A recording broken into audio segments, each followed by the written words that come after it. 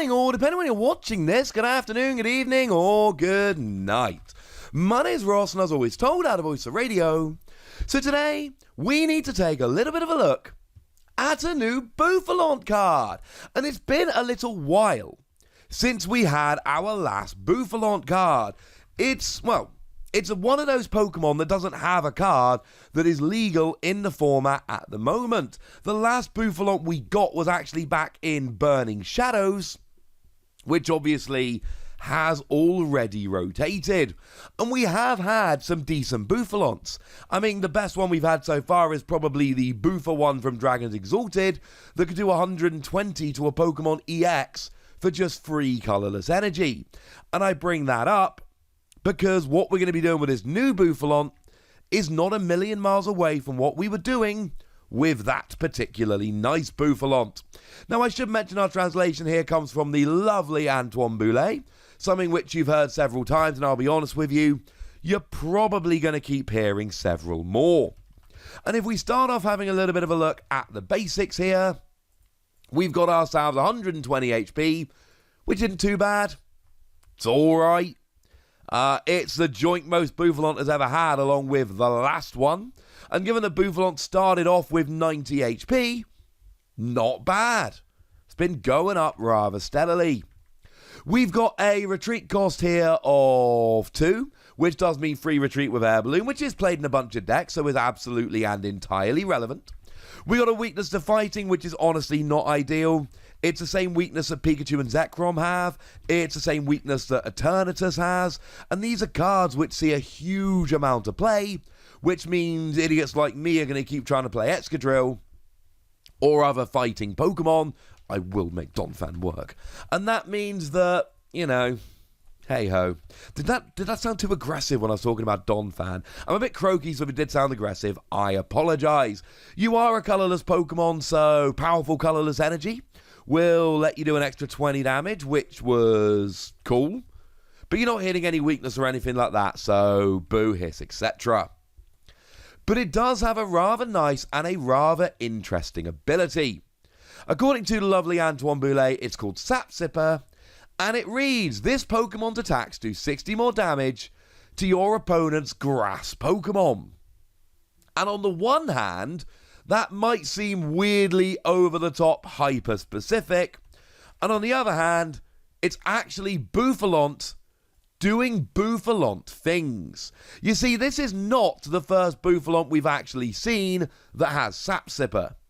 We saw the Bouffalant from Primal Clash that had Sap Sipper, except it only did 40 more to your opponent's grass Pokemon rather than 60. So see this as a lovely example of power creep. But also, if we just head on over to the game, and I'm clearly going Cerebi.net here because I love me some Cerebi.net, Sap Sipper is an ability that says, attack is raised by 1 stage when the Pokemon is hit by a grass-type move, and the user receives no damage from grass-type attacks.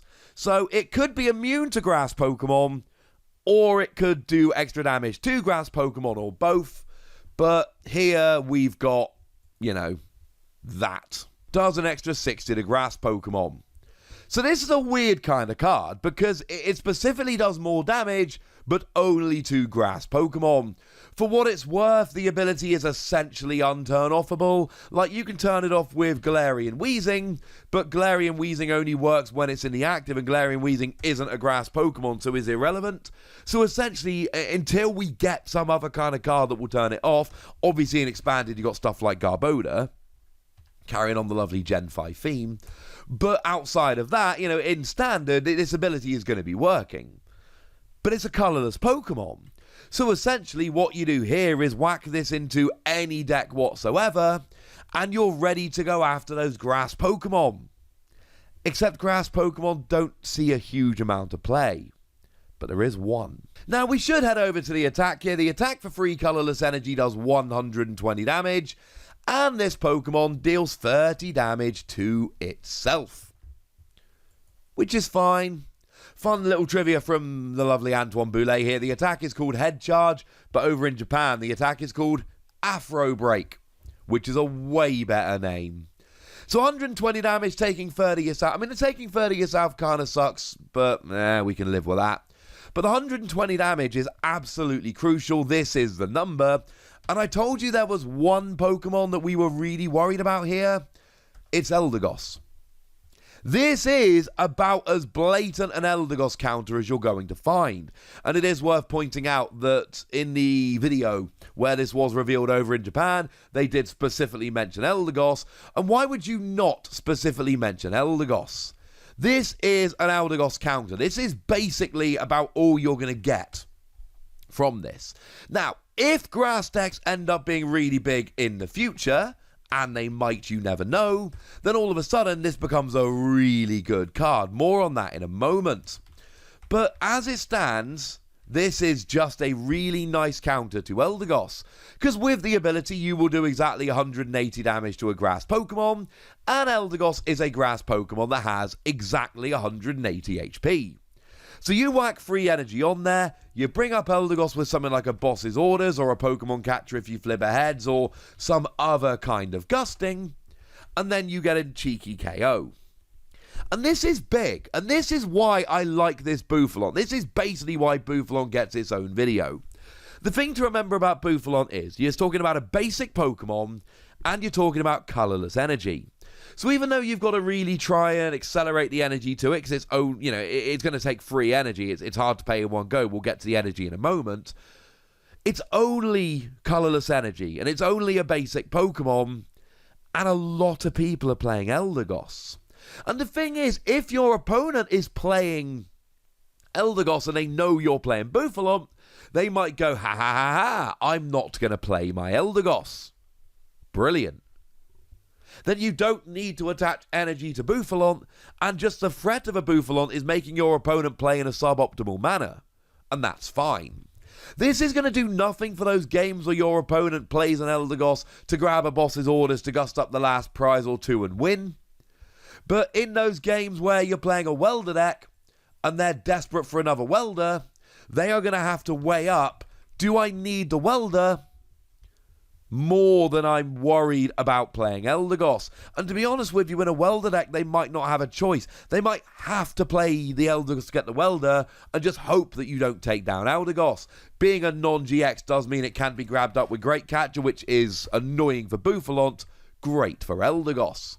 In those games where your opponent has nothing, but they've got a Quick Ball, and the best they've got in their deck is Eldegoss, they're probably going to use Eldegoss to get a Professor's Research, and they're going to be hoping that you don't have a way to KO the Eldegoss with Bouffalant.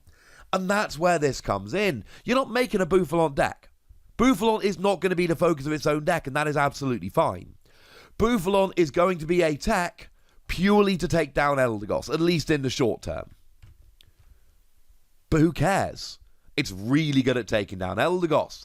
Now, in terms of the energy, you can use Twin Energy, which is lovely, but being a basic Pokemon, you can't use Triple Acceleration. So you need something else. Whether it's Welder with Fire Energy, whether it's Turbo Patch on a coin flip, whether it is Tapu Koko with Lightning Energy, because then you attach one Lightning Energy to each of two bench Pokemon, and then it's a Twin Energy away from attacking, whatever it is. In any deck that can accelerate energy, this has got to be something to consider. And at the moment, fine, it's just for taking down Eldegoss, but who knows in the future? And yet, it's not perfect, right? Zarude is looking like it could be a good Pokemon in the not too distant future. It looks like one that could be worth teching against maybe later on.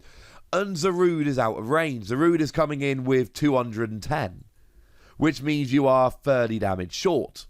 But there are ways to do 30 damage, whether you're playing around with Galarian Zigzagoon, or whether you are playing around with stuff like Vitality Band, or spreading a bit of damage around in the early game, or there are ways to do extra damage. I'm sure you'll be able to find a way to do so. My point, and of course powerful colourless energy with a Vitality Band, will do that extra 30. And then maybe Zarude goes down. If Rillaboom decks do end up becoming good, and I keep waiting for them to become good, Rillaboom's got 170 HP, which is high, but not too high to be KO'd with Bouffalant, and then you're taking out the engine which is giving them all of their energy. And that's my point here. You can look at Bouffalant basically one of two ways.